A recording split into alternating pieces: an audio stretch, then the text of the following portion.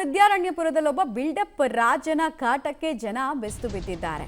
Birthday celebration ಅಲ್ಲೂ nuisance, ಸಾಮಾನ್ಯ ದಿನಗಳಲ್ಲೂ ಕೂಡ ಅಷ್ಟೇ. ಪಟಾಕಿ ಪೇಪರನ್ನ ಬ್ಲಾಸ್ಟ್ ಮಾಡೋದು, ಇರಿಟೇಟ್ ಮಾಡೋದು, ನ್ಯೂಸೆನ್ಸ್ ಕ್ರಿಯೇಟ್ ಮಾಡೋದೆಲ್ಲ ಮಾಡ್ತಾ ಇದ್ದಾನೆ ಈ ವ್ಯಕ್ತಿ ಅಂತ.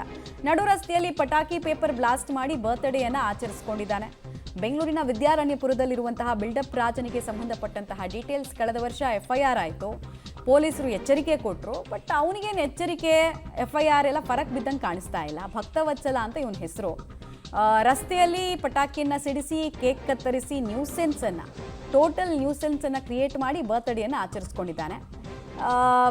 ಈಗ ಜೂನ್ 12ನೇ ತಾರೀಕು ಕೂಡ ಮತ್ತೊಂದು ಹುಟ್ಟುಹಬ್ಬ ಬಂತಂತೆ. ಅದರ ಆಚರಣೆ ಕೂಡ ಹೀಗೆ ಹುಚ್ಚುಚ್ಚಂಗೆ ಮಾಡ್ಕೊಂಡಿದ್ದಾನೆ. ಒಳ್ಳೆ ವಿಚಾರಗಳಿಗೆ ಸುದ್ದಿಯಲ್ಲಿಲ್ಲ. ಬಿಲ್ಡಪ್ ತೊಗೊಂಡು ತನಗೆ ತಾನೇ ಪಟಾಕಿ ಸಿಡಿಸಿ ಅಣ್ಣ, ಬಾಸು ಅಂತೆಲ್ಲ ಕರೆಸ್ಕೊಳ್ಳೋದು ಇವನಿಗೆ ಚಟ.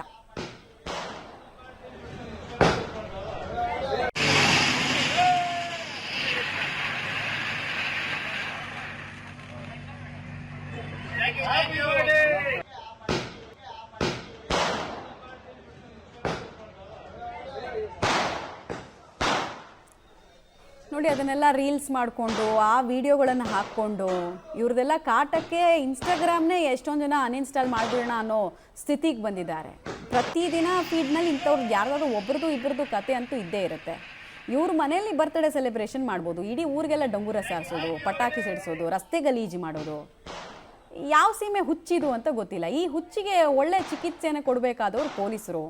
ಅವರು ಚಿಕಿತ್ಸೆ ಕೊಡೋದಕ್ಕೆ ಯಾಕೋ ಮನಸ್ಸು ಮಾಡ್ತಾ ಇಲ್ಲ. ಹುಚ್ಚು ಜಾಸ್ತಿ ಆಗಿದೆ, ನೆತ್ತಿಗೇರಿದೆ ಅನ್ನೋದು ಸ್ಪಷ್ಟವಾಗ್ತಾ ಇದೆ.